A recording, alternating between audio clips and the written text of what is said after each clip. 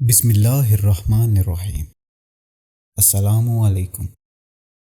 بہلول نے خلیفہ ہارون الرشید کی سرزنش کو انتہائی تحمل اور سکون سے سنا۔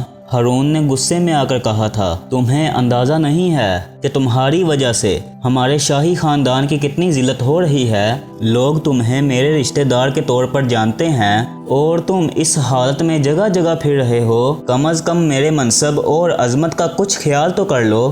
بہلول نے اس کے جواب میں مسکرا کر کہا، اچھا ہارون، ایک سوال ہے۔ اگر تم کسی جنگل میں گم ہو جاؤ، تمہیں پیاس کی شدت سے بے حال ہو جاؤ اور تمہیں پانی کا ایک قطرہ بھی نہ ملے، اور اگر کوئی شخص تمہیں کہے کہ وہ پانی کے ایک گھونٹ کی قیمت تم سے منہ مانگی وصول کرے گا، تو کیا تم اس قیمت کو ادا کرنے کے لیے تیار ہو جاؤ گے؟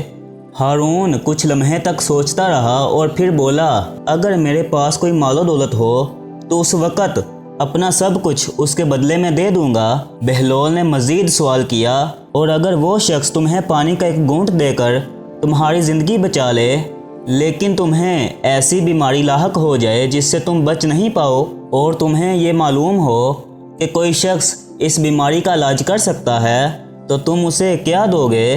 ہارون فوراً بولا، میں اس شخص کو اپنی سلطنت کے باقی حصے بھی دے دوں گا۔ جان ہے تو جہان ہے۔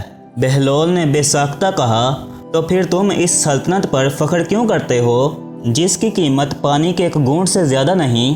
ہارون نے اس بات پر دل میں ایک دکھ محسوس کیا اور اس کی خود پسندی کو ذک پہنچی۔ پھر بہلول نے اپنی بات جاری رکھتے ہوئے کہا، تم دیوانے تو ہو ہی، مگر تمہاری عادتیں بالکل نہیں بدلی۔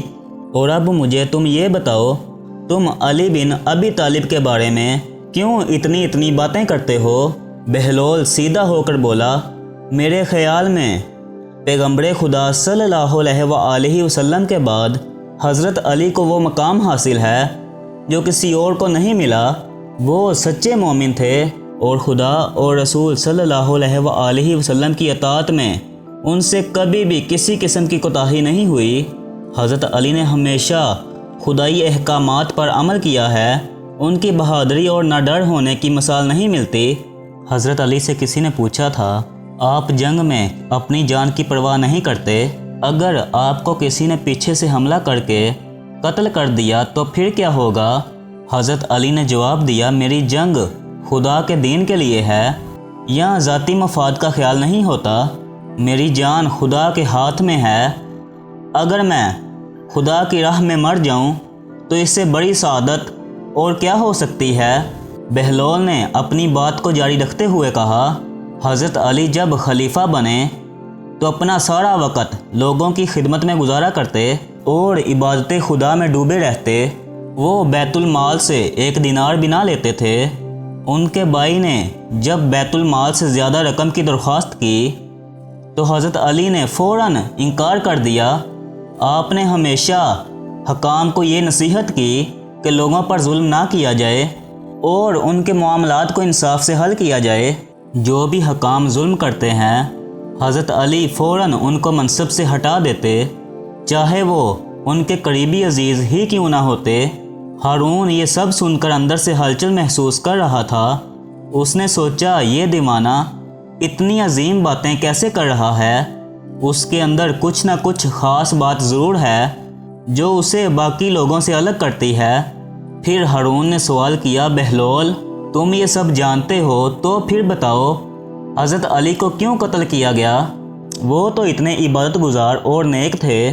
بہلول نے افسوس کے ساتھ کہا، حق کی راہ پر چلنے والوں کو ہمیشہ مشکلات کا سامنا کرنا پڑتا ہے اور اکثر وہ شہید ہو جاتے ہیں۔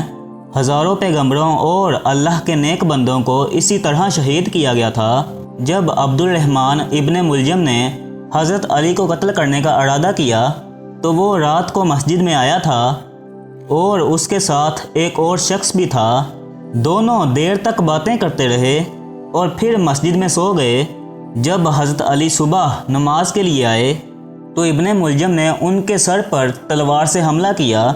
تلوار زہر آلود تھی اور اس سے زخم اتنا گہرا تھا کہ حضرت علی جانبر نہ ہو سکے۔